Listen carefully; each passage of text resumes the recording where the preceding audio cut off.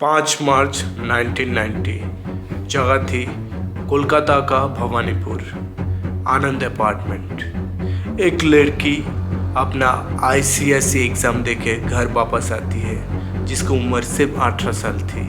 और ये एक ऐसा रेजिडेंशियल एरिया जहाँ पे 24 आवर्स सिक्योरिटी रहती है। मतलब किसी का भी बाहर से आना जाना इतना आसान नहीं था।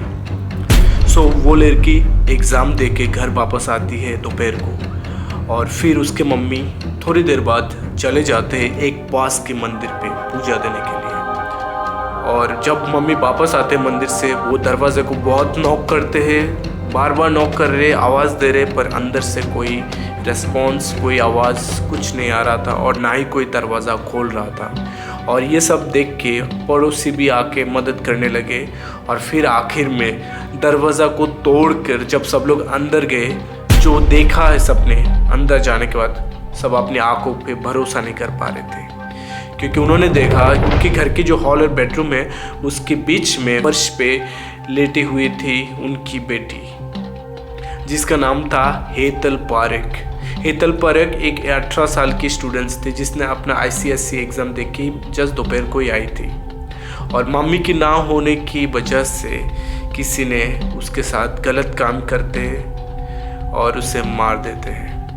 2 डॉक्टर को वहाँ पे तुरंत बुलाया जाता है, और उन्होंने हेतल को चेक करते हैं और उसके बाद बताते हैं कि शी इज़ नो मोर, मतलब वो मर चुकी है। एंड देन पुलिस इन्वेस्टिगेशन आगे बढ़ी, फॉरेंसिक रिपोर्ट, और सब ये कह रहा था कि उसका मर्डर से पहले रेप हुआ था, और फिर उसकी ब्रूटल मर्डर हुआ, एंड देन घर से कुछ सामान चोरी भी हुआ। और उसी बीच इन्वेस्टिगेशन आगे बढ़ रही है, और पुलिस के सामने एक सच आता है। उसी दिन उस बिल्डिंग में जो सिक्योरिटी गार्ड काम कर रहा था, वो अचानक से गायब हो गया था। मतलब जब ये इंसिडेंट हुआ, उसके बाद से वो सिक्योरिटी गार्ड गायब, जो सुबह से ड्यूटी पे था। सबके दिल में और दिमाग पे उसी का नाम आ रहा था, और उसी पे शक जा रहा था सबका।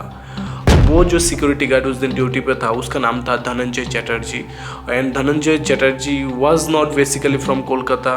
वो थे बांकुड़ा डिस्ट्रिक्ट का कुलूदीही करके एक गांव है, वहाँ से।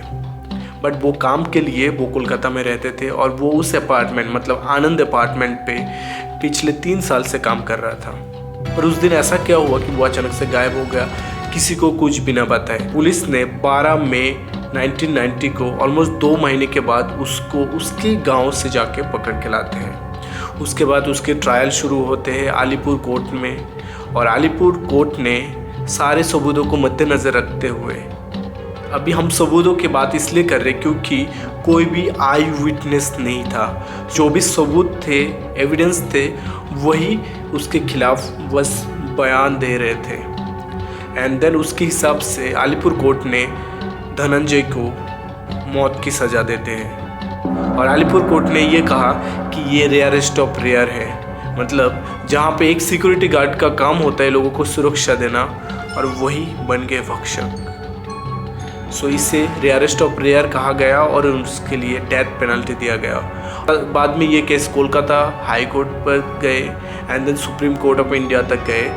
अलीपुर कोर्ट का जो बयान थे, अलीपुर कोर्ट ने जो सेंटेंस दिया था, उसको बरकरार रखा। उसके बावजूद धनंजय के फैमिली मेम्बर्स ने प्रेसिडेंट के पास एक मर्सी पिटीशन भेजे थे, और जो कि थे उस टाइम पे डॉक्टर APJ अब्दुल कलाम, और वो पिटीशन भी खारिज हो जाते हैं। और फिर बहुत सारे ह्यूमन राइट्स वाले और बहुत सारे लॉयर्स आ गए, बहुत सारे धरने हुए, इसी वजह से कि धनंजय क्रिमिनल नहीं है, उससे फंसाया जा रहा है। इसके अगेंस्ट पे भी बहुत लोगों ने आवाज़ उठाया था कि कोर्ट ने ये सज़ा कैसे दे सकते हैं सिर्फ कुछ एविडेंस की हिसाब से, जबकि किसी ने देखा ही नहीं कि धनंजय ने किया कि नहीं। बहुत लोगों ने सोचा है, बहुत लोगों ने बोला है कि ये गलत हो रहा है, क्योंकि शायद एक बेगुनाह को सज़ा मिल रहा है। पर फिर भी कोर्ट के पास जितना एविडेंस मिले थे, वो काफ़ी था उसे डेथ सेंटेंस देने के लिए। इसलिए उसका सारे मर्सी पिटीशन और सब कुछ खारिज करते हुए 14 अगस्त 2004 में धनंजय को अलीपुर कोर्ट में फांसी दे दी गई। वैसे 14 अगस्त धनंजय का 39th बर्थडे भी था, मतलब उसकी मौत उसके बर्थडे के दिन ही हुआ। सो यहाँ पे अभी भी एक डिबेट है। बहुत लोग बोलते हैं कि सज़ा जो है सही मिला है क्योंकि उसने क्राइम किया था, और बहुत लोग ऐसे भी बोलते हैं कि शायद वो गुनहगार नहीं था, उसे बेवजह सज़ा मिले। पर आपको क्या लगता है, क्या एक क्रिमिनल को सही सज़ा मिला है जो वो डिज़र्व करते हैं, या फिर एक बेगुनाह को सज़ा मिल गई? बताइए कमेंट पे आपको क्या लगता है।